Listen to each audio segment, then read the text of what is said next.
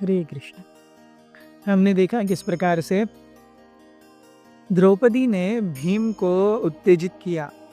सारे पांडव अल्टीमेट जब वरिष्ठसेन ऋषि के आश्रम में आए और वहाँ पर उन्होंने गरुड़ जी को देखा और गरुड़ जी के मुख से, गरुड़ जी के गले से जो हार था उसमें से थोड़े फूल गिरे। द्रौपदी ने कहा भीम से कि मुझे ये फूल चाहिए और निश्चित रूप से ये कुबेर के पास मिलेंगे। और भीम को वो अर्जुन की महानता बताने लगी। भीम को गुस्सा आया, उसे लगा जैसे उसे कोई पोक कर रहा है, थोड़ा सा चिढ़ा रहा है। तुरंत भीम को क्या चाहिए था? भीम एक मदमस्त बैल या मदमस्त हाथी की तरह है, एक पूरी तरह से बड़ा हुआ सांड या बैल और एक मदमस्त हाथी, इनको किसी की परवाह नहीं होती। वैसे ही भीम है, उनको किसी चीज की परवाह नहीं है, जो होगा देखा जाएगा। उन्होंने तुरंत अपने सारे आयुध लिए और वो चल पड़े उस बड़े से पहाड़ की ओर, जिसका प्रैक्टिकली उसका जो फेस था, उस पहाड़ का जो स्ट्रक्चर था, एकदम फ्लैट फेस था और ऊपर जाकर के कुबेर की नगरी वैश्रवन में पहुंचने वाले थे। तो भीम जो थे वो जैसे तैसे पहाड़ में से बीच में जो बड़े बड़े पेड़ या लताएं आती हैं उनको लेकर के कहीं पे तो हाथ लेते हुए एकदम परफेक्ट और एक्सपीरियंस्ड माउंटेनियर की तरह चढ़ते जा रहे थे, अपने हाथों से लताओं का सहारा लेकर के। एक जगह पे उन्होंने एक बहुत ही संकरा मार्ग देखा। ये संकरा मार्ग प्रैक्टिकली मनुष्यों के लिए इनविजिबल था, लेकिन क्योंकि पांडव बहुत पुण्यवान थे इसलिए भीम को ये मार्ग दिख सका। इस मार्ग से वैश्रवन के तरफ जाने का रास्ता जो है, उसकी चट्टान जो है वो एकदम सीधी खड़ी नहीं मिलती। तो भीम उस रास्ते से ऊपर जाने लगे। जैसे ही वो ऊपर पहुंचे, पिछली बार वो किसी और साइड से वैश्रवन पहुंचे थे, वहां पर उन्होंने केवल बड़ा एक गार्डन देखा था। यहाँ पर वो वैश्रवन के उस भाग में पहुंचे जहाँ एक बहुत सुंदर नगर बसा हुआ था। उस नगर की शोभा, उस नगर की सुंदरता, ऐश्वर्य अब धन के राजा कुबेर या देवताओं के कोषाध्यक्ष कुबेर की नगरी है। यहाँ पे तो धन ही धन होगा, यहाँ पे तो सुविधाएं सुविधाएं होगी, यहाँ पे तो ऐश्वर्य ऐश्वर्य होगा। और ये सब भीम अपनी आंखों से चकाचौंध हो करके देख रहे हैं। उस नगर की शोभा ही देखते बनती थी। हर जगह पे ऊंचे ऊंचे गेट्स, बड़े बड़े सेंट्रीज, हर जगह पे उसको मैन करते हुए बड़े बड़े दालन, बड़े बड़े महल, इस सब की जो, और इस सब में एक फेस्टिव वातावरण था क्योंकि कुबेर की राजधानी थी।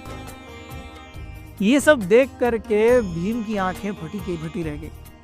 लेकिन इसी बीच में उनको युधिष्ठिर के ऐश्वर्य की याद आई। किस प्रकार से युधिष्ठिर महाराज ने राजसूय यज्ञ करने के बाद में उनका जो ये था ऐश्वर्य था, इट राइवल्ड अमरावती ऑफ इंद्र। और ये सब किसके द्वारा छीना गया था? दुर्योधन के द्वारा।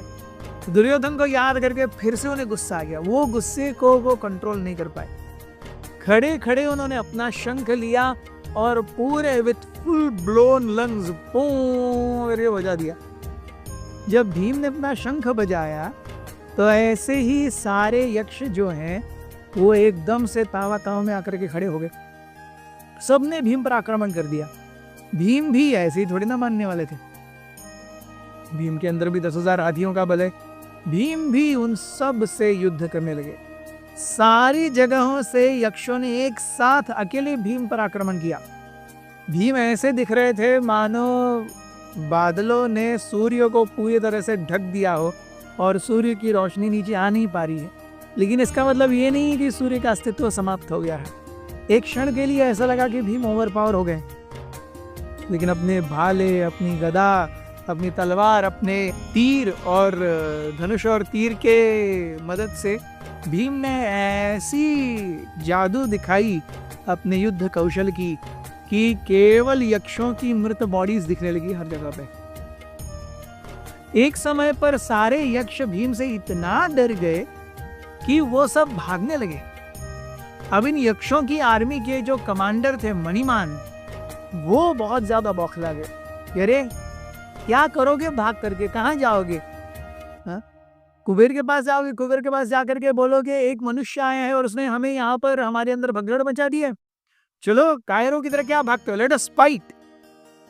मणिमान आए और बोले, और मणिमान भी साधारण व्यक्ति नहीं है, वो कहने लगे हे मूर्ख मनुष्य, तू यहाँ पे आया तो है वैश्रवण के राजा कुबेर का दर्शन करने के लिए, लेकिन आने के बाद मैं तुझे यमराज जी का दर्शन भी कराऊंगा, रुक जा थोड़ी देर और।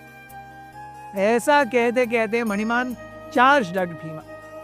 भीम ने 3 बाणों से मणिमान के दोनों भुजाओं पर और राइट शोल्डर पर आघात किया। ये देख करके मणिमान ने अपना भाला फेंका भीम की ओर। ये भाला जो है एकदम जैसे फायर एमिट होता है, भाला चीर रहा है हवा को, लेकिन उसमें से घर्षण के कारण ऐसे क्या अग्नि के कण आ रहे हैं। इसने भीम को आहत कर दिया, भीम के भी लेफ्ट शोल्डर को बहुत जोर से आघात कर दिया। मणिमान खुश हुए, भीम उठ खड़े हुए। मणिमान ने अपनी गदा लेकर के भीम के ऊपर फेंकी। भीम ने तीरों से मणिमान की गदा को काउंटर करने का प्रयास किया, लेकिन जब तीर से मणिमान की गदा रुक न सकी, भीम ने अपनी गदा ली और उसको मार दिया। जैसे वो पास में आई, भीम ने अपनी गदा से मणिमान की गदा को मार दिया।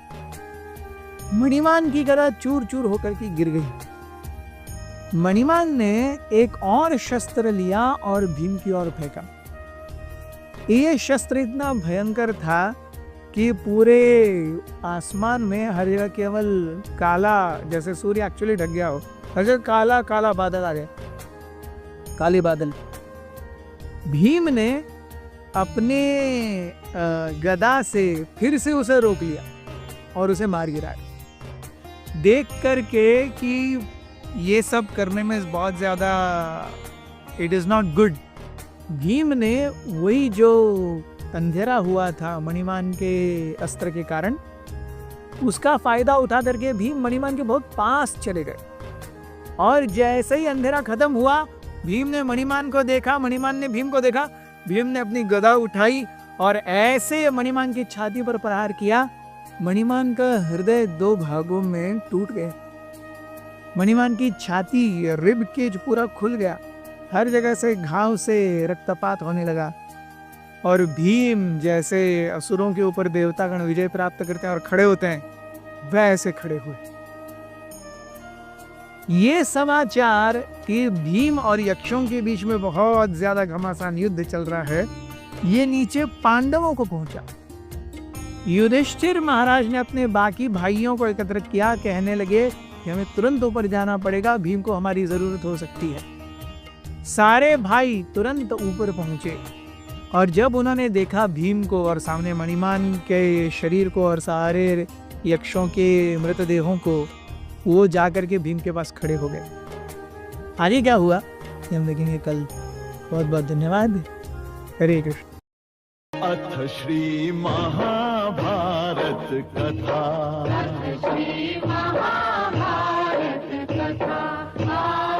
महाभारत कथा